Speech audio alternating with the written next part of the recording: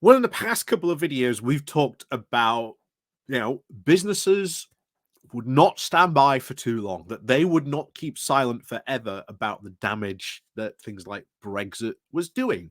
Another thing that they, again, in the run up to this election, very, very excited about the UK's industrial strategy. And I said this last video, we have not had an industrial strategy published by a UK government for a very, very long time. It is, I think, a decade, if not more. And no, the Levelling Up white paper was not one. That was not one, despite how many conservatives seem to think that it was. It had nothing to speak about really a proper industrial strategy. It was more about domestic investment needed to attain some of the industrial strategy. In fact, it lamented the lack of industrial strategy in that very white paper. So, something businesses actually need. And of course, as I said, how long would it take? Well, turns out not that long at all. Businesses are now calling on the new government to say, hey, we want to see your industrial strategy and we want to know what we are going to be able to go, not just for the next year, but for the next decade. And it even again, calling for it to be even deeper, as we'll see in a moment. Everything needs to be joined up. How is it going to do all this? Not only just on things like business investment, but then skills investment as well, in education. Everything all needs to be joined up here into one, but also they're also calling to fix the Brexit damage, because one of the things we always said in the lead up to this wouldn't be large companies that would be affected by Brexit. Would never be the large companies. They'd be fine. They have the amount of volume able to pay for that expertise to be able to at least deal with a lot of the Brexit mess. It was always going to be the small and medium companies that would be affected by Brexit, and we've seen that. We know that there has been a drop in exports from the UK to the EU. Who is that? It is the small and medium companies no longer exporting because there's too much regulation, too much red tape. And as we just covered last week from Jonathan Reynolds, well, not last week, but yesterday from Jonathan Reynolds, yeah, he said it's right. Businesses who export do grow a lot faster. And one of the often things said when we're in, EU, single market, etc., businesses here could treat the rest of the EU as if it was their home market. So it was easy to send something. If they were based in London, they could send it to anywhere in the EU as easy it was to send it in the UK. That, of course, is now gone. And a lot of businesses really now affecting that. And I think you are also really starting to see, I think, a lot of regret from businesses for not speaking out more and not really being a louder voice. I think during not only during 2016, during the referendum, but even post that. And I said it, businesses are going to get louder and louder about the problems and the business problems that they are facing. Ultimately, Labour is now in government. It's up to them to sort of listen and respond to that. And they have said that they are going to listen to businesses. So now we're not only going to see how they listen to businesses, but then how they respond to businesses as well. So that is important. So before we do get on into this, please do remember to click on the like, share, and subscribe button. And of course, down below, there are links to my Patreon page, the Buy Me Coffee link where you can buy me coffee, the YouTube thank you button, and of course, the Pony Club down below as well. So let's crack on then over into this from The Guardian with the title of Renewed Calls for the UK Industrial Strategy to Bring in Investment and Fix Brexit Damage. So UK manufacturers have now renewed its calls on the government to urgently draft the industrial strategy that will bring in investment and fix terrible damage caused by the Brexit deal. Often really good when you see the businesses calling it out on that, because even Reynolds did not put Brexit. I was kind of shocked that he said, oh yeah, we all know what the problem was. Why didn't you say Brexit? Why didn't he say Brexit? But anyway, there you go. The trade body, Made in UK, is now reiterating its demands for Labour to come up with a joined-up industrial vision, or else now risk losing billions of pounds worth of investment abroad. They say that while the country cannot compete with the financial incentives that the Inflation Reduction Act in the US or even the Green Deal in the EU, Britain can compete on innovation. And that is something well worth bringing up, because those two things, the Inflation Reduction Act and the Green Deal that is still sort of going through the motions currently in the EU, we'll see what happens when it passes in full, probably, I think. I think it's probably going to be the next session. I don't think it's going to be anything anytime soon. But the Inflation Reduction Act, oh my word, that is huge, hugely affecting on the UK.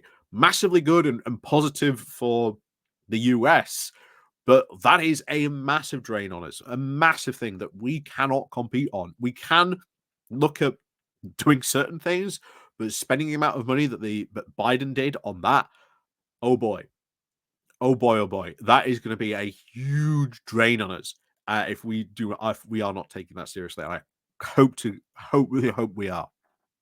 But anyway, back to this.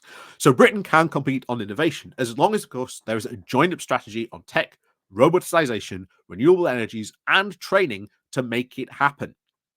I have lots now of chief executives from international companies coming to me into my office and telling me that they have billions to invest and that the UK is a candidate, but they are not investing anything unless they know what the plan is, said the head of Make UK, Stephen Phillipson, speaking before a meeting on Wednesday with the Chancellor Rachel Reeves. Industrial strategy is so urgent. We need this tomorrow, he said. Phillipson's, whose body represent industry planners ranging from Rolls-Royce, Siemens, Airbus, Tata in Wales, as well as Land Rover Jaguar in Coventry, also intends to press Reeves on the need to fix the terrible damage done by Lord Frost's trade deal and cooperation agreement with the EU. Again, exactly what we need. These big businesses putting pressure, saying, you need to fix this terrible deal because this is damage that is done. We have not recovered from this.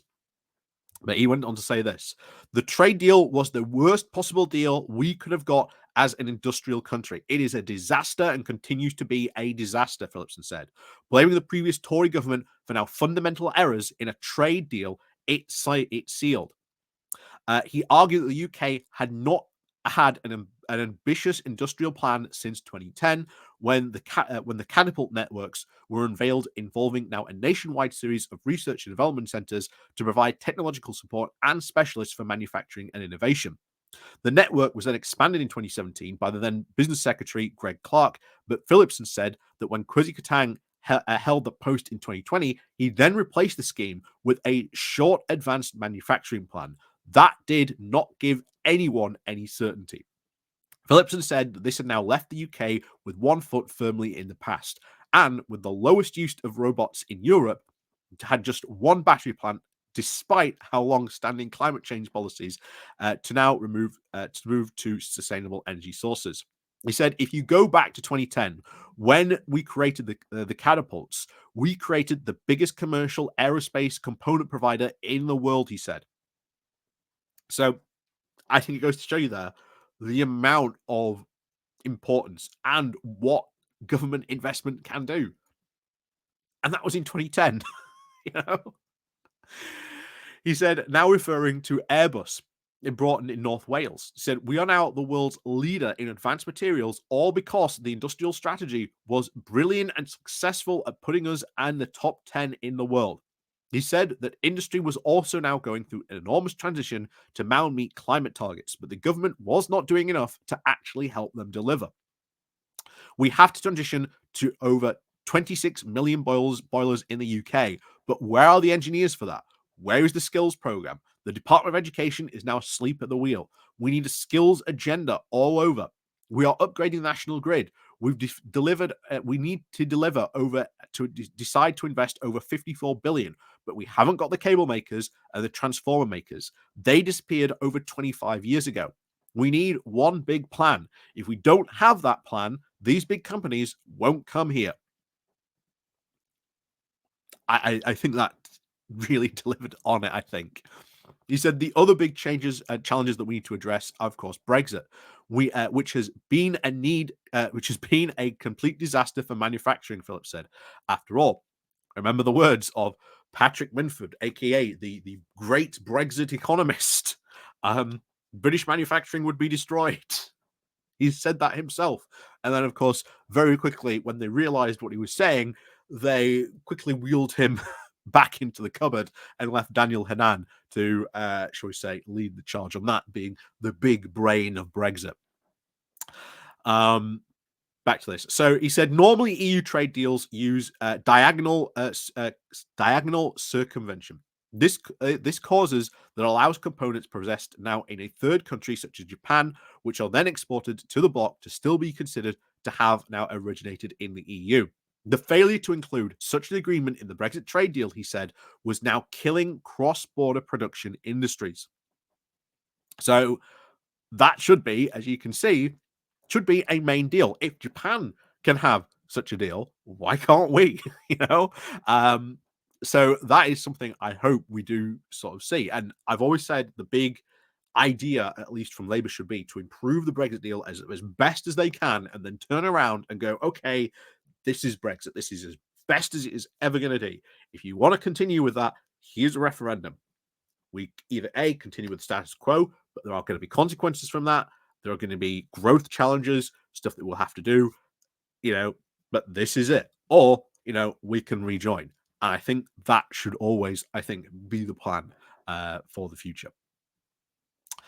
He did also continue to say, I think the problem that we've had with Boris Johnson was the lot of them were completely did not understand that most of our trade is intermediary products and not finished products. That was a fundamental error. Rules of origin are now critical to UK manufacturing. So we are completely and utterly ignored now in terms of where we are, Phillips said.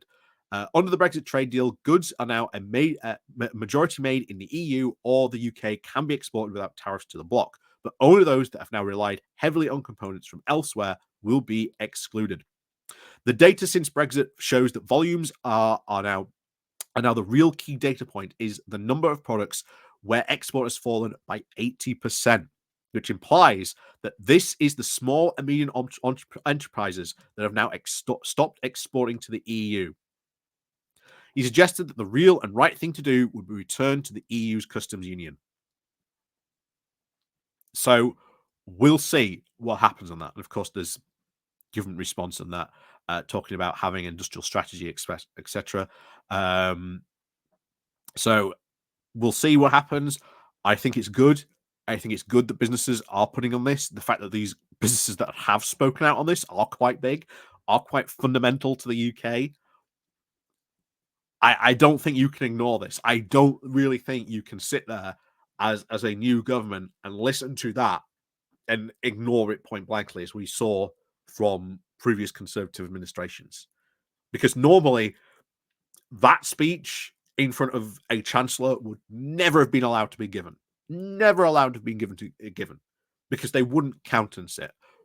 But the fact that you've got Labour saying, we will listen to businesses, we will be reactive to you, we will help you out, that alone cannot be ignored. Like that alone and that speech done in front of Rachel Reeves cannot be ignored, because you will see now businesses go, oh, we can do that. So they will join in. And I think that key metric there, that data point he was saying, 80%. Where were we? So yeah, exports have fallen by 80%, which implies that this is the small and medium enterprises that stopped exporting to the EU. We always said it was going to be the small and medium companies because they do not have the money to pay for the expertise to be able to do it. They do not have the large enough volumes to be able to make trade fully worth it. And that eventually hampers our growth. Remember, just had Jonathan Reynolds, our new business and trade secretary, saying, businesses that trade grow faster. So, we will see what happens. We will see what happens in this. But I am really, really glad that we've got such big businesses there speaking out and saying, fundamentally, the Brexit deal that was done was wrong. and it needs to be fixed and altered. And that is very, very good, because I always said it just a couple of weeks ago, businesses will not stand for this. They would raise their voices louder and louder. And if they're starting saying this now, what are they going to be saying in a year, 2 years, 3 years time? The exact same thing, but just in an even louder voice. So, as always, thank you very much for watching. Do remember to leave a comment down below, and of course, click on the like and share button as well. And of course, we'll see you all next time.